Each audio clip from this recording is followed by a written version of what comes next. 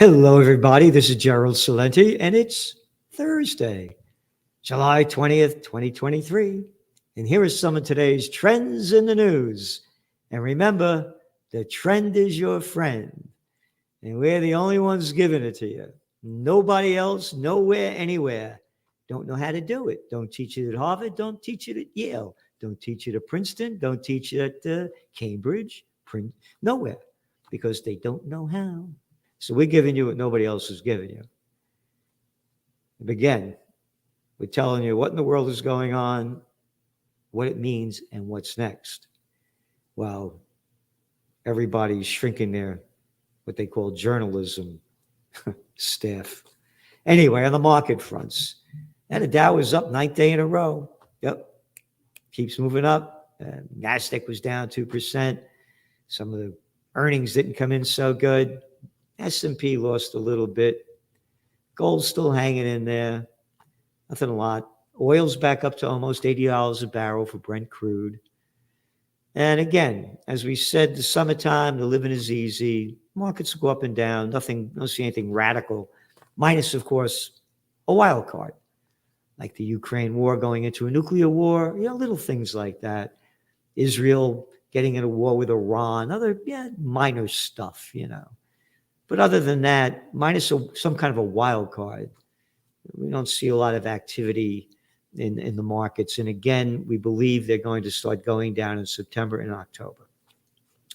So going on to some of the data. Wall Street banks turned bearish on dollar bets as soft landing hopes increase, which means that the death of the dollar is coming, as we have warned for how many months now? So that means that if the Fed, they say the Fed's only going to raise interest rates another 25 basis points, 2 more times. So total of 50 basis points. So they're betting already on that. So now the dollar is only strong because interest rates are high.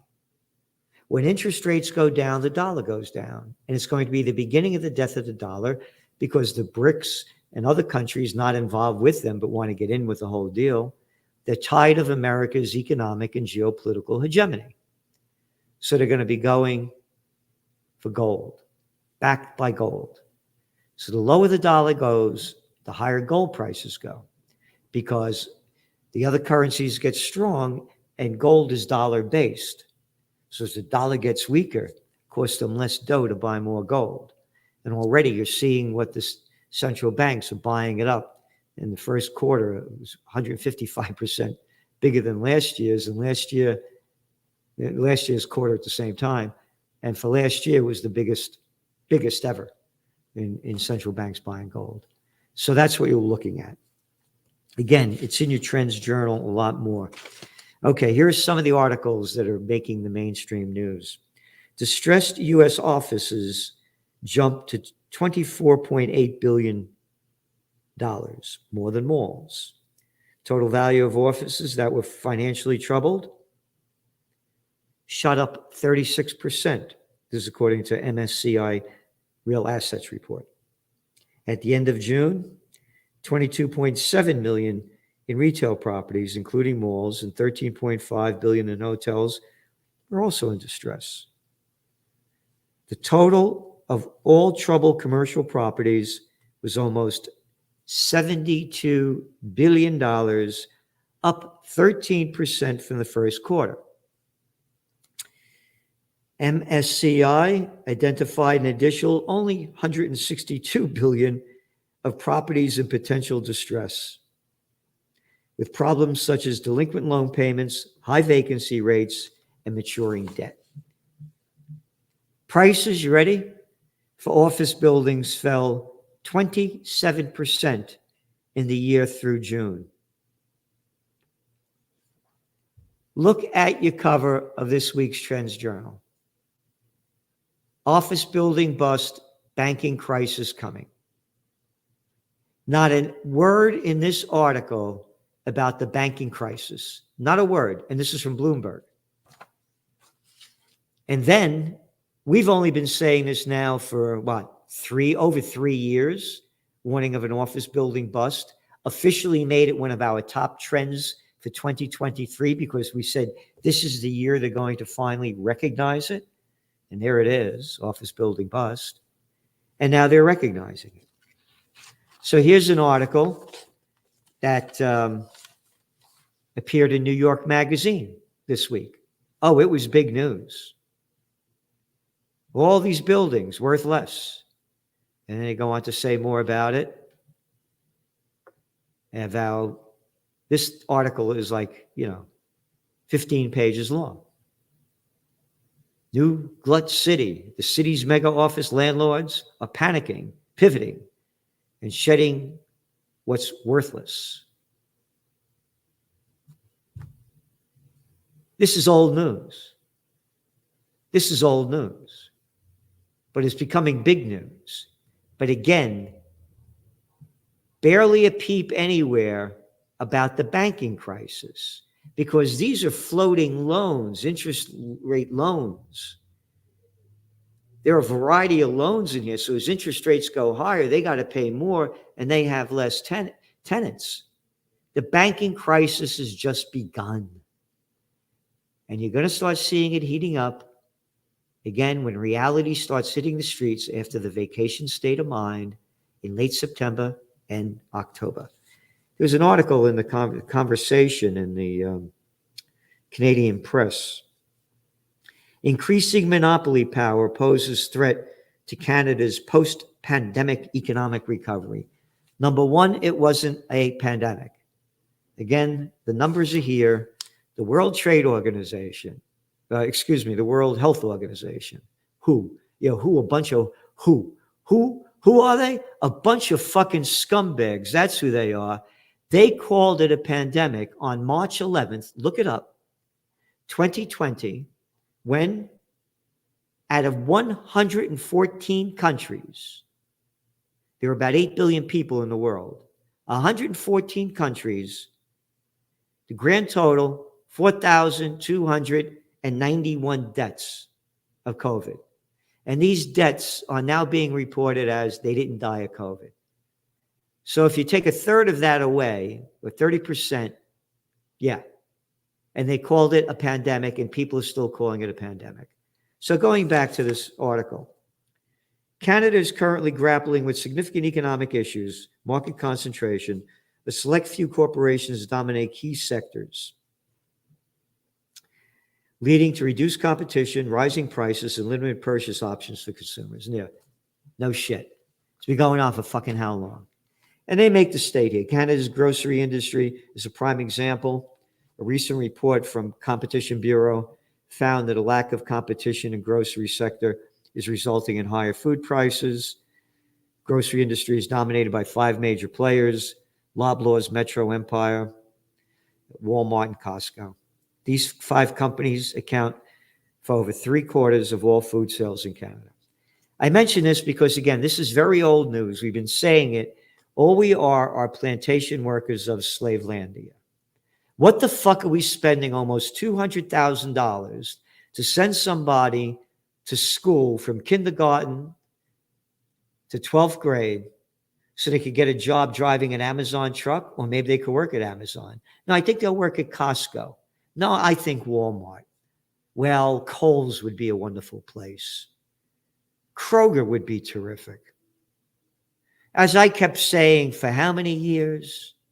When I was a young man, there were grocery stores, hardware stores, grocery stores, stationery stores, drug stores, and now they're all chains. And all we are do is we're chained to the chains as plantation workers of Slavelandia because scumbag little fucking pricks, politicians, did away with the antitrust acts.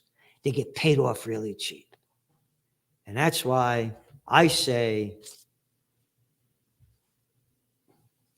fuck, hey, politician, who the fuck are you to tell us what to do? Who the fuck are you to tell us what to do? Look at the back of the shirt. There it is.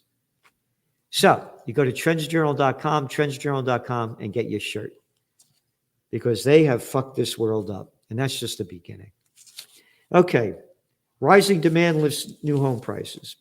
Very important because we also said as everything was going down, there would not be a housing crash.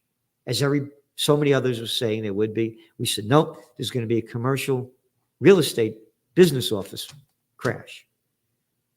So they went against us on the real estate market. We were correct.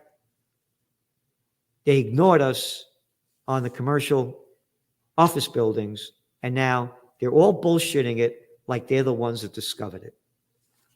And that's why you subscribe to the Trends Journal, because we're giving you history before it happens. Nobody does this. Nobody. So the S&P Home Builders Select Industry stock is up almost 40% this year. And on a national basis, home prices have only declined a small amount.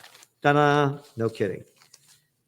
And again, they talk about inflation not going, up as high. Well, I just talked about what's the average price of a house now, like $420,000.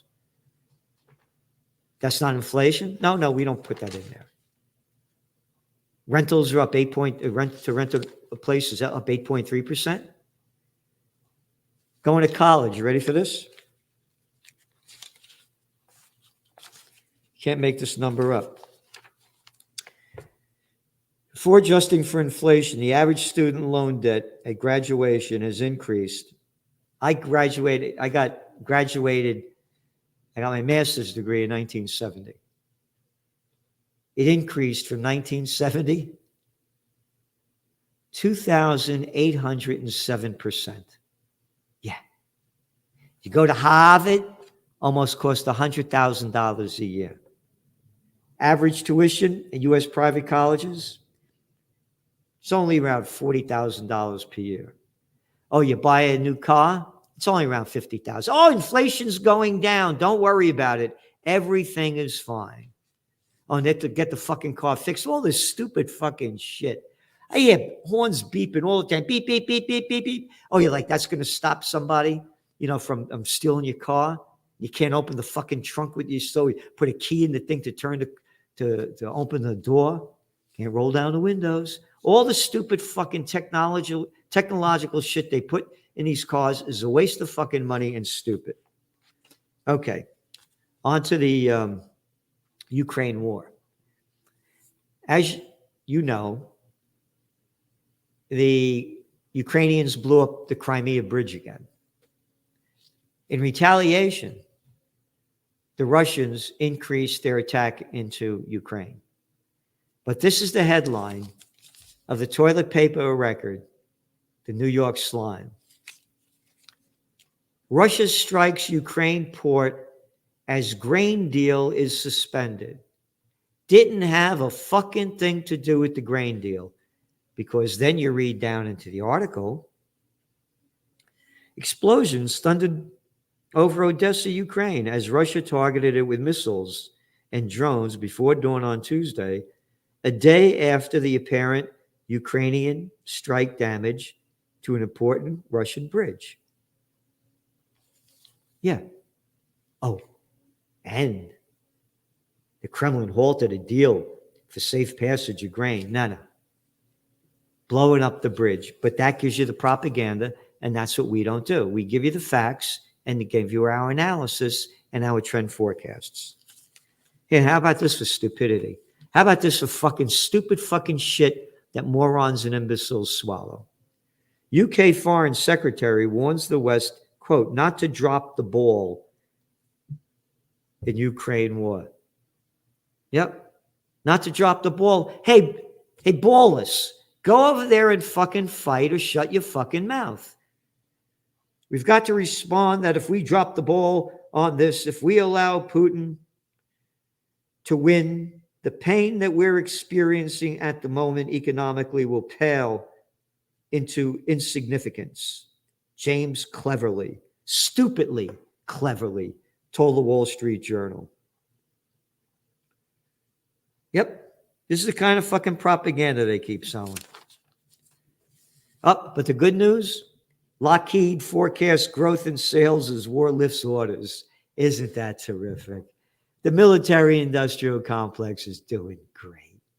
Oh, they're going to be passing another budget for the defense budget's almost passed. It'll only be about $900 billion as the fucking country's going down the crapper. And again, who gives a fuck about anything but Ukraine? Embargo office, Sudan in crisis. Next Monday, July 24th, marks the 100th day of conflict in Sudan. 3 million Sudanese have been displaced by the fighting, including at least 250,000 people have sought refuge in neighboring Egypt. Another more than 120,000 are stuck on the Sudan side of the border, awaiting entry. And this goes on. Who gives a flying fuck about Sudan? What's a Sudan? We got to worry about the Ukrainians because if we don't stop them Russians. Shows you the bullshit. And again, look what you're getting. Like nowhere else, anywhere, any place. Anywhere, any place. So going on, Israelis renew protest against the legal overhaul, the judicial reform. So they're pushing that. This Monday was the 28th week. So this thing's going and getting worse and worse and worse. More and more people are fighting back. But the good news is that on Tuesday, the United States House of Representatives overwhelmingly passed a resolution pledging unfailing support for Israel, condemning anti-Semitism, and declaring that the country is neither racist nor an apartheid state. Well, I guess they're too fucking stupid to read the what came out of the United Nations, Human Rights Watch, Amnesty International, and the Israeli Human Rights Organization. And B'Tselem says that the treatment of Palestinians by Israelis amounted to apartheid. So Israel, according to all of those, are an apartheid state. They could steal and kill. They could steal all the land they want. I know God gave it to you. Moses came down with 10 commandments, dropped 5. It would have been 15. I watched the Mel Brooks movie when he dropped them. What fucking bullshit this is. And it costs us almost $4 billion of our money to send to Israel each year so they could keep killing the Palestinians. We send them more military weapons and things. And you're called an anti-Semite. Am I called anti-American because I'm pro-peace and no facts? Of course I am. The people up here hate me for it. So, the New York Times wrote an article. Buried into the article, it said that the official number of COVID-19 deaths is probably an exaggeration. This is a quote, because it includes some people who had the virus when they died, even though it was not the underlying cause of death. No fucking shit. No fucking shit.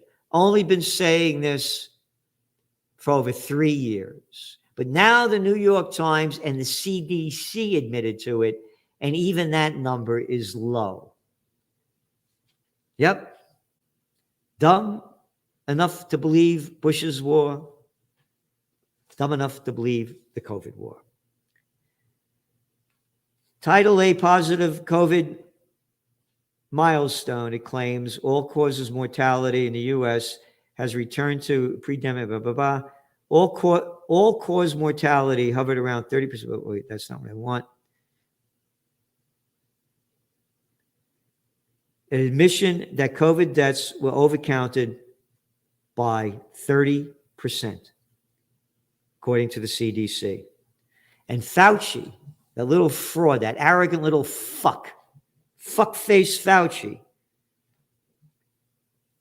told NBC in 2020, quote, there is absolutely no evidence that that's the case at all, when he was asked about the suggestion that the death toll was being artificially padded. Meanwhile, motorcycle crash victims, gunshot victims, and other unrelated deaths were found to have added to the total. Italy recalculated its own COVID mortality figures in 2021, revealing that just 2.9% of the pandemic deaths could be exclusively attributed to the virus. The remainder had at least one chronic disease, often several, though fact checkers were quick to counter any claims that these comorbidities, not the virus, were responsible for the patient's demise. And it goes on. So again, bullshit. That's all they sell. And we're giving you the facts. You go back to the Trends Journal, look at these. This is old news. This Dr. Scott Jensen was coming out long time ago. Yeah, this is the cover of the Trends Journal. January 28th, we were the first to call it bullshit. 106 dead in China, 1.4 billion still alive. You know what the fuck you're telling me this shit for? What the fuck do I care if 106 people out of 1.4 billion died? And there's another article showing more about the COVID war. This is in today's front page of the Wall Street Journal. America is becoming a nation of early birds. Dinner parties at 5 p.m. Consumers of all ages are sliding activities back. The damage the COVID war has done is incalculable. Again, when I was a kid, they used to have these ads. It's 10 p.m. Do you know where your children are? We're out all the time. Where were you? You know. And now, 10 o'clock, the streets are dead. This thing has changed people so dramatically. Anyway. And what else? Now, a lot more. I want to read one little quick article here. UK clinches $5 billion plan for electric vehicles. Indian car maker Tata's move comes amid global race to lure green tech. Tata had initially planned to build the plant elsewhere. This guy, Shaps, who's in the UK. Who the hell is he here? The UK's energy security secretary. They asked him, he declined to elaborate on the amount of incentives and other financial details included in the UK's winning bid for the plant, and said it is large.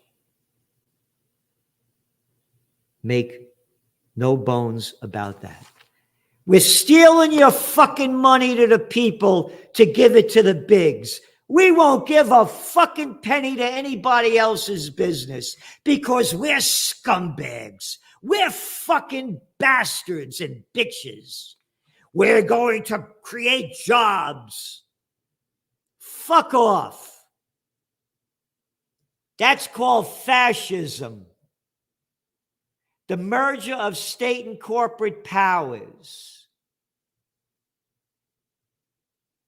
You want to create jobs? How about giving it to the little people to create businesses and put the bigs out of business? There was an article, I didn't work on, do anything now with it, about they're going to build this big solar plant, this whole thing with Tesla. The guy Musk cost like $4 billion to the people here, and they're producing hardly anything. It's one situation like that after another. All they do is steal our money, and you buy these little fucking scumbags off cheap. You know why? Because they never work a fucking day in their life. Yep, the U.S. elections and everywhere. The Crips and the Bloods, murderers and thieves. Tata. And we can't tell you how much. Oh, and the people in the fucking UK are suffering terribly with high inflation and declining economy. Perfect. Okay. Thanks for tuning in. Remember, hit the subscribe button. Get more people to subscribe to this channel. We're doing everything we can. And you do everything you can. Subscribe to the Trends Journal, trendsjournal.com. And don't forget, get your t-shirt. Tell the politicians how you feel. Hey, politicians, who the fuck are you to tell me what to do? At the Trends Journal, the best investment you could make, because it's the best investment into your mind, and it can change how you look at the world. Less than $3 per week for almost 200 pages, ad-free, great articles. The world's foremost trends forecaster, Gerald Celente. The Trends Journal is one of the greatest sources of information, and and it really is. You're predicting these things well ahead of time. I would encourage everyone to go grab the latest copy. Been a Trends Journal subscriber for 20 years. I just have to commend you. What you guys have put together in your latest Trends Journal, there's nothing like this out there. Sir, everything that you predicted about the economy, you were absolutely right. So I have followed you all this time. So please take a look at the Trends Journal. You correctly forecast that the Fed would hike rates quite aggressively, correctly said that initially gold and silver would drop as the Fed starts to raise rate to 1.5% and above. When we spoke last, Bitcoin was around 49,000. You said you expect to drop, and if it drops below 30, 35, then it could really drop. Trends Journal, which I would encourage people to go and check out. It's actually a 200-page document, pure data-driven analysis. Gerald Celente, the top trends forecaster in the world. Gerald, you had an interesting call back in September of last year. You said gold had bottomed, which is exactly what happened. And here we are, and we're above $1,900. Subscribe to the Trends Journal. Read history before it happened at trendsjournal.com.